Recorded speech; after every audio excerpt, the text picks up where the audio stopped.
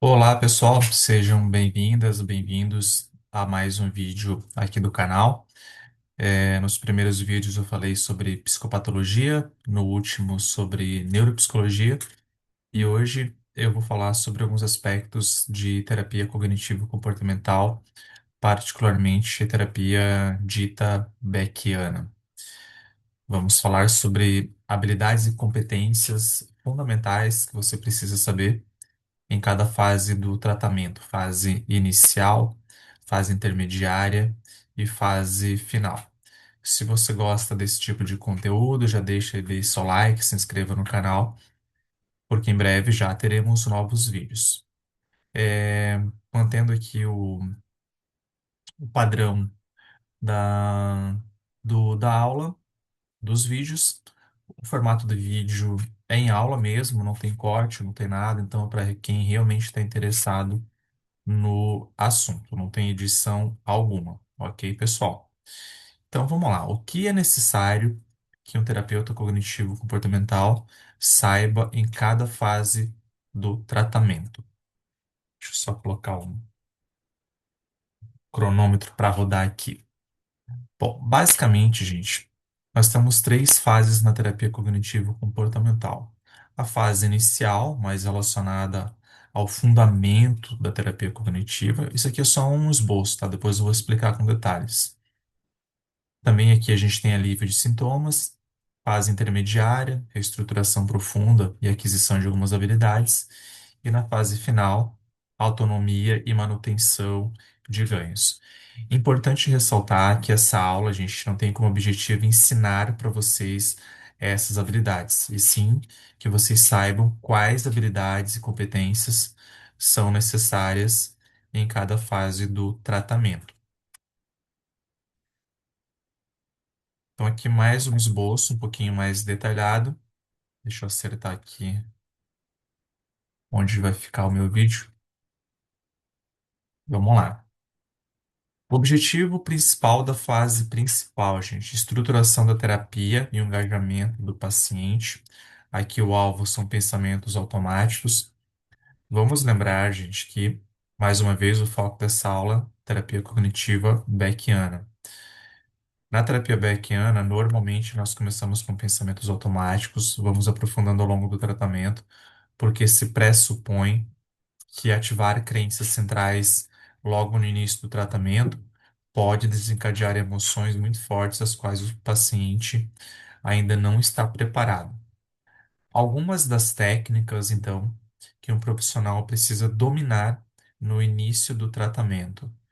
Técnica básica de psicoeducação, ativação comportamental, caso o paciente, por exemplo, esteja deprimido, muito deprimido, e técnicas de regulação básica, caso o paciente tenha, por exemplo, desregulação emocional, né? Pacientes que sentem emoções de uma forma muito intensa e ou muito prolongada.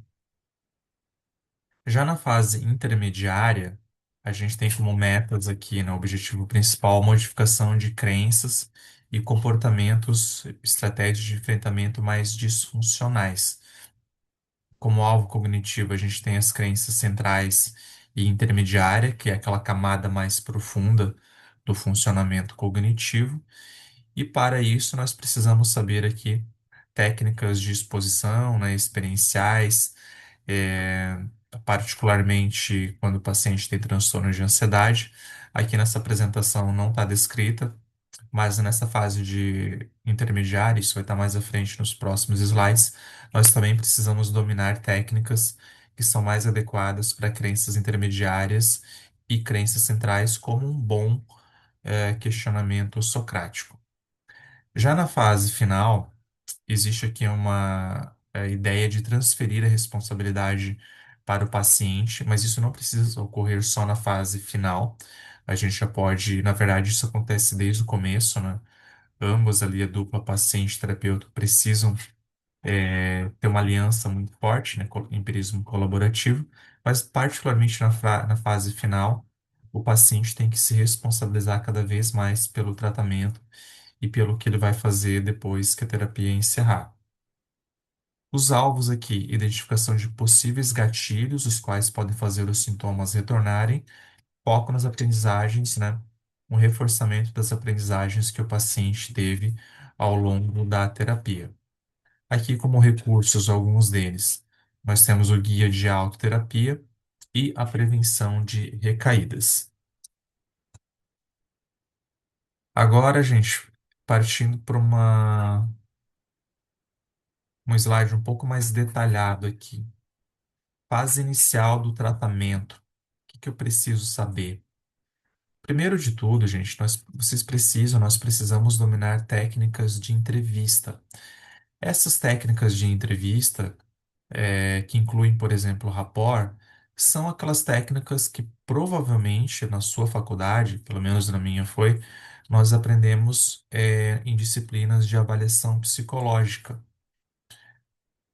Técnicas de entrevista, né, entre elas é, uma boa anamnese, são essenciais para que você possa colher dados necessários para né, para que o tratamento ocorra de uma maneira, efetiva e eficaz. Sem boas técnicas de entrevista, basicamente você não vai conseguir criar ali um vínculo, você não vai conseguir estabelecer uma confiança, né? Você precisa que o paciente, mais cedo ou mais tarde, confie em você. Então, técnicas, por exemplo, de aproximação, de validação emocional, de demonstração de empatia, são muito importantes para que o paciente, logo de cara, eh, comece a pensar: bom, essa pessoa que está me ouvindo pode me ajudar. Se ele não tiver esse tipo de confiança, provavelmente as coisas não sairão bem. Nessas técnicas de entrevista, nessa fase mais inicial também, é super importante que você dialogue sobre o contrato terapêutico e deixe tudo muito às claras, né? Quais são as políticas de pagamento, horários, tudo isso precisa ser muito bem definido logo de cara para que o paciente sinta confiança no tratamento. Também nessa fase inicial, bem inicial, a gente vai mostrar, psicoeducar para o paciente a estrutura da sessão. Como eu falei, o foco não é mostrar toda a estrutura da sessão, né, de terapia cognitivo e comportamental. Eu já pressuponho que vocês saibam disso, ou devem saber em algum momento. É, isso é importante porque cria uma previsibilidade no paciente. O paciente, mais cedo ou mais tarde, em virtude da estrutura da sessão, ele sabe mais ou menos como a terapia vai funcionar, né? Você tem ali revisão do humor, verificação da semana, diálogos sobre as tarefas de terapia, né? Sobre os planos de sessão, elaboração do roteiro, discussão do roteiro, feedback, resumos periódicos e assim por diante. O paciente ele vai, de certa forma, criando esse senso de previsibilidade, e isso para o paciente normalmente costuma ser muito bom. A previsibilidade é algo que normalmente cria esperança nos pacientes.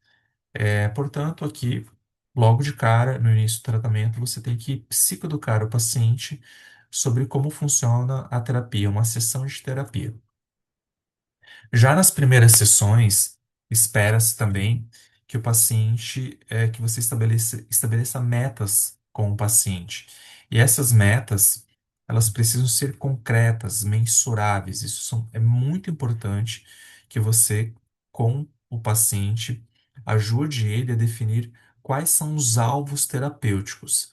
Se as metas não forem, claras, provavelmente as intervenções não serão boas.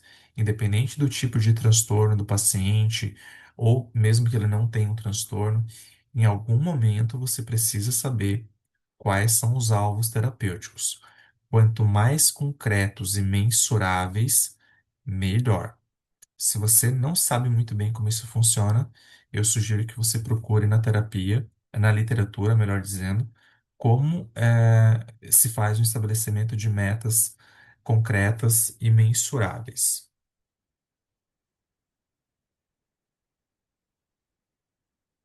As primeiras intervenções aqui da fase mais inicial da terapia, gente. Você precisa dominar, por exemplo, a técnica de psicoeducação. Psicoeducar o modelo cognitivo, ajudar o paciente a entender a relação entre um evento, a interpretação do evento, a conexão, né, dos pensamentos com emoções e comportamentos, basicamente a mediação cognitiva. Você precisa psicoeducar o paciente de acordo com as demandas dele. Talvez você vai ter que psicoeducar sobre depressão, ansiedade, emoções. E lembrando que a psicoeducação não é uma mini aula, né? Você não vai dar uma aula de 15, 20 minutos para o paciente. É sempre uma coisa interacional. Então, também é necessário, resumindo aqui, é muito importante que você aprenda técnicas eficazes de psicoeducação.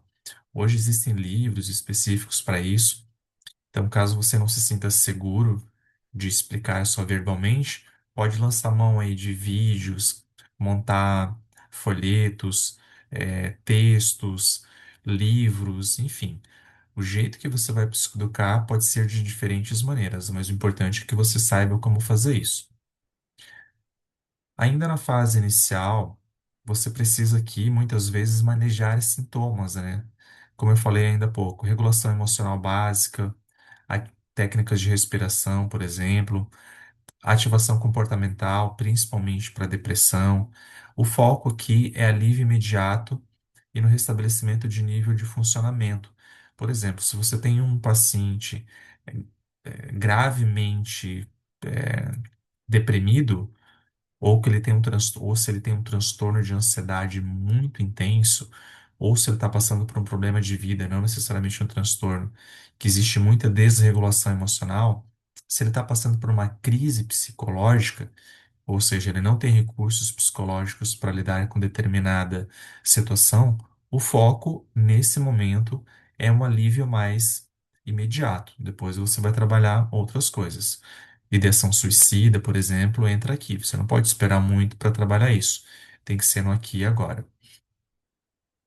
E você precisa também saber aqui técnicas básicas para identificação de pensamentos automáticos. Só procurar na literatura que você vai identificar, você deve aprender como acessar o nível mais superficial de pensamento, né? De nada adianta, não tem como você ajudar o paciente a reestruturar um pensamento se você não souber inicialmente identificar um pensamento. Lembrando que um pensamento pode ser tanto um pensamento verbal como imagético, inclusive imagens mentais, né, de outras modalidades sensoriais que não sejam verbais e visuais. Você pode ter uma imagem mental, em forma de sons, por exemplo, cheiros, né? Isso tudo pode ser considerado um pensamento automático. Então, caso você tenha dúvidas sobre isso, procure na literatura. Essas aqui, portanto, gente, são algumas habilidades bem importantes que você precisa ter na fase inicial do tratamento. Aqui a gente tem a ideia do aprofundamento, né? Da superfície ao núcleo. Como eu falei, inicialmente você trabalha pensamentos automáticos, em seguida crenças intermediárias, não necessariamente assim, tá? Aqui, crenças intermediárias ou centrais depende muito de objetivo, depende muito de cada tipo de problema. Às vezes, quando você trabalha aqui as crenças intermediárias, automaticamente você já está trabalhando as crenças centrais. Então, na prática, nem sempre essa seta aqui ela é necessária. Inclusive, existem terapias que focam primordialmente nas crenças intermediárias, e automaticamente as crenças centrais vão sendo destruídas à medida que você trabalha as crenças intermediárias. De qualquer forma, crenças intermediárias e crenças centrais são mais profundas em tese do que os pensamentos automáticos. Importante ressaltar que outras formas de terapia, na família cognitivo-comportamental não compartilham necessariamente com essa ideia. Para alguns tipos de problema, por exemplo, a terapia do esquema, ela foca justamente nos níveis mais profundos de cognição, que são os esquemas iniciais desadaptativos, mas aqui, como eu falei já duas vezes, estamos falando da terapia Beckiana.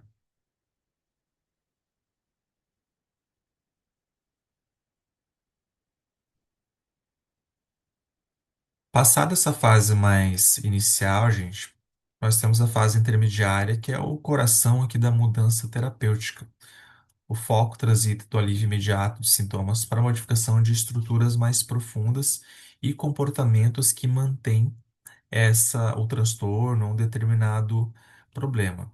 Então, aqui a gente tem dois pilares: reestruturação de crenças, que é um trabalho mais cognitivo, e a gente tem também a exposição e aquisição de habilidades, que são trabalhos mais comportamentais. Nem sempre você vai precisar trabalhar com exposição, mas aquisição de habilidades comportamentais, quase com certeza, e normalmente você vai precisar trabalhar isso com os pacientes mais cedo ou mais tarde. O trabalho com as crenças centrais aqui nessa fase intermediária, gente. Mais uma vez, ó, você vai ter que aprender técnicas de identificação de crenças mais profundas, técnicas para testar a validade e a utilidade dessas crenças, como, por exemplo, o questionamento socrático, e ainda recursos terapêuticos para fortalecer, construir e fortalecer crenças alternativas que são mais realistas, mais adaptativas à realidade do paciente. É isso aqui que você precisa saber, particularmente na fase intermediária. Identificar crenças mais profundas, ajudar o paciente a avaliar o quanto essas crenças são próximas ou distantes da realidade, e não só isso, construir crenças mais realistas, levando em conta o ambiente do paciente. O outro pilar é a da fase intermediária, é o arsenal comportamental aqui, tá, gente? Caso o paciente, por exemplo, tenha transtornos de ansiedade, fobia social, pânico, TEPT, toque, necessariamente você vai ter que aprender diferentes técnicas de dessensibilização e exposição. Até onde a literatura está nos mostrando, não é possível você tratar esses transtornos de uma forma eficaz, efetiva, sem técnicas de exposição e dessensibilização. Existem vários tipos. Para cada transtorno ali você vai adaptando, né, diferentes técnicas de exposição. Por exemplo, técnicas de exposição interoceptiva, um pouco mais relacionada a transtorno de pânico. Dessensibilização, você pode usar ali, por exemplo, em fobia social. Procure na literatura como fazer isso, porque se você trata um paciente com ansiedade, transtornos que envolvam ansiedade, e você nunca faz técnicas de dessensibilização, exposição, e o paciente já está há muito tempo em tratamento, provavelmente o tratamento está pela metade. Outro ponto aqui também na fase intermediária, gente, é a construção de capacidades, né? Aqui a gente pode pensar, por exemplo, em técnicas de solução de problemas e treinamento de habilidades sociais. Vamos, entender que nem sempre o problema são pensamentos disfuncionais do paciente, mas sim problemas reais, problemas concretos da vida. Então, você vai ter que decidir, a partir dos objetivos do paciente, se o foco vai ser, por exemplo, uma reestruturação cognitiva, ou se você vai ter que ajudar o paciente a criar habilidades de solucionar problemas e treinar habilidades, entre as quais habilidades sociais. Existem uma série de problemas que não necessariamente há pensamentos distorcidos, desadaptativos, mas sim problemas reais, os quais o paciente não está conseguindo lidar. Então, por meio dessas técnicas, você vai né, solução de problemas, treinamento de habilidades sociais, você vai, por exemplo, ativando um nível de pensamento mais sofisticado, que é o nível metacognitivo. Já na fase final, gente, nós temos a transferência de autonomia. O terapeuta deixa a posição de condutor e assume o papel de consultor. Lembrando aqui, gente, eu repeti no começo da aula que Desde o começo, é importante que o paciente de terapia cognitivo-comportamental entenda que ele tem um papel ativo no tratamento. Aqui espera-se ainda mais, que ele já aprendeu uma série de habilidades, ele já passou pela fase intermediária, ele já alcançou ali seus objetivos. Agora ele quer, por exemplo, fazer a manutenção e fazer uma prevenção de recaídas. Então, ele precisa ter cada vez mais essa autonomia. Se ele ainda não consegue isso, talvez não seja a hora ainda de entrar numa fase ali de prevenção de recaídas, né? Talvez o paciente ainda não está preparado para ter alta. E o processo de alta por si só é sempre os dois ali, a dupla terapêutica que decide. Nessa fase do tratamento, é importante que o terapeuta faça uma avaliação do alcance de metas, né? A mensuração dos objetivos, gente, é super importante que você faça desde o início e não só no final. Mas particularmente, por quê? Se você resolver avaliar se as metas foram alcançadas lá numa fase final do tratamento, talvez você possa ter a surpresa de que os objetivos não foram alcançados, né? Passa meses e meses e você não fez mensuração nenhuma, não avaliou nada de metas, essas metas foram alcançadas. Existe essa possibilidade. Então você faz isso de uma forma bem regular e faz isso de uma forma mais intensa na fase final, para ver o que que o paciente já ganhou ou não de metas terapêuticas. Se ele já teve metas alcançadas, uma coisa que você pode fazer é avaliar se ele precisa se ele gostaria de outras metas ou se ele já está satisfeito e precisa ali fazer a manutenção dessas metas.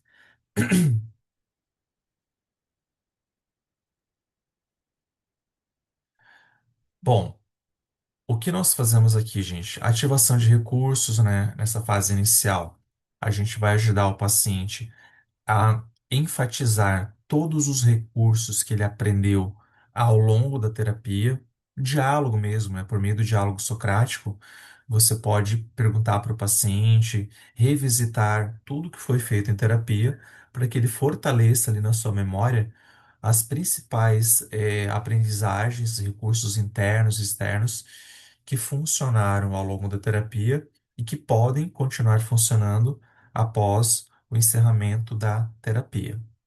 Identificação de gatilhos, né, nessas sessões iniciais, nessa fase de prevenção de recaídas, você pode ajudar o paciente a prever possíveis gatilhos internos ou externos, né, ambientais, que possam fazer surgir os sintomas. Ele precisa conhecer, esses ambientes internos e externos para que, ao primeiro sinal de um determinado sintoma, ao primeiro sinal de um determinado sintoma, ele possa recrutar o quanto antes as habilidades que ele aprendeu. Você não dá alta para o paciente sem fazer isso, né? Pelo menos na terapia beckiana. Ah, como assim, Michael? Não estou entendendo. Bom, um gatilho, por exemplo, no transtorno bipolar, é quando o paciente começa a ter ele começa a ficar com sono ruim. Ele fica mais enérgico, ele não, ele dorme 3, 4 horas e se sente energizado. Um paciente bipolar, com transtorno afetivo bipolar, numa situação dessa, isso pode ser um gatilho de que um novo episódio está surgindo, entende? Para cada tipo de problema, você vai ajudar o paciente a identificar os gatilhos que podem sinalizar a volta de um determinado problema. Vamos entender, gente, que o objetivo da terapia cognitiva não é ajudar os pacientes a eliminarem todos os problemas, mas sim que ele se torne uma espécie de próprio terapeuta, após o término da terapia. Também é importante que ele saiba das sessões de manutenção, que ele pode fazer as sessões a cada 15 dias, enquanto ele não se sentir seguro, depois uma vez por mês, depois bem esporadicamente, né? Tudo isso se espera que o terapeuta converse com o paciente. E aqui o plano de ação, né? Acionar estratégias pré-estabelecidas e estruturadas para lidar com os gatilhos identificados. Você aprende e aciona essas estratégias para que você mesmo consiga ter, digamos assim, um primeiro confronto com esses sintomas caso eles surjam. Por exemplo, se você tem sintomas de teu objetivo foi curar ali, curar, não, mas lidar bem com o transtorno obsessivo compulsivo. Você aprendeu algumas técnicas ali que são muito importantes, como exposição e prevenção de respostas. Você aprendeu, o paciente aprendeu essas técnicas ali. Ninguém garante, por exemplo, que o toque não possa voltar depois de um tempo. Mas, como ele já sabe os gatilhos, ele já sabe os sintomas, aqui ele já tem um recurso para lidar com isso. Começou um sintominha, ele já pode aplicar as técnicas que ele aprendeu anteriormente no trabalho de psicoterapia. Gente, essa aula bem simplificada foi fundamentada principalmente aqui nessas referências. A Barleta, a Janina Barleta, é uma pessoa que, uma teórica brasileira que está por trás, está na vanguarda ali da supervisão, do ensino de supervisão, e esse material da aula eu tirei de alguns livros delas e outros colaboradores aqui, tá? A Carmen Beatriz Neufeld também é uma das autoras desse livro aqui abaixo. Eu quero ressaltar novamente que essas são habilidades que você precisa treinar, buscar recursos. Esses livros aqui são bons recursos para que você leia, particularmente o baralho de treinamento para terapeutas cognitivo-comportamentais. Ele é um trabalho utilizado por um instrumento utilizado por supervisores,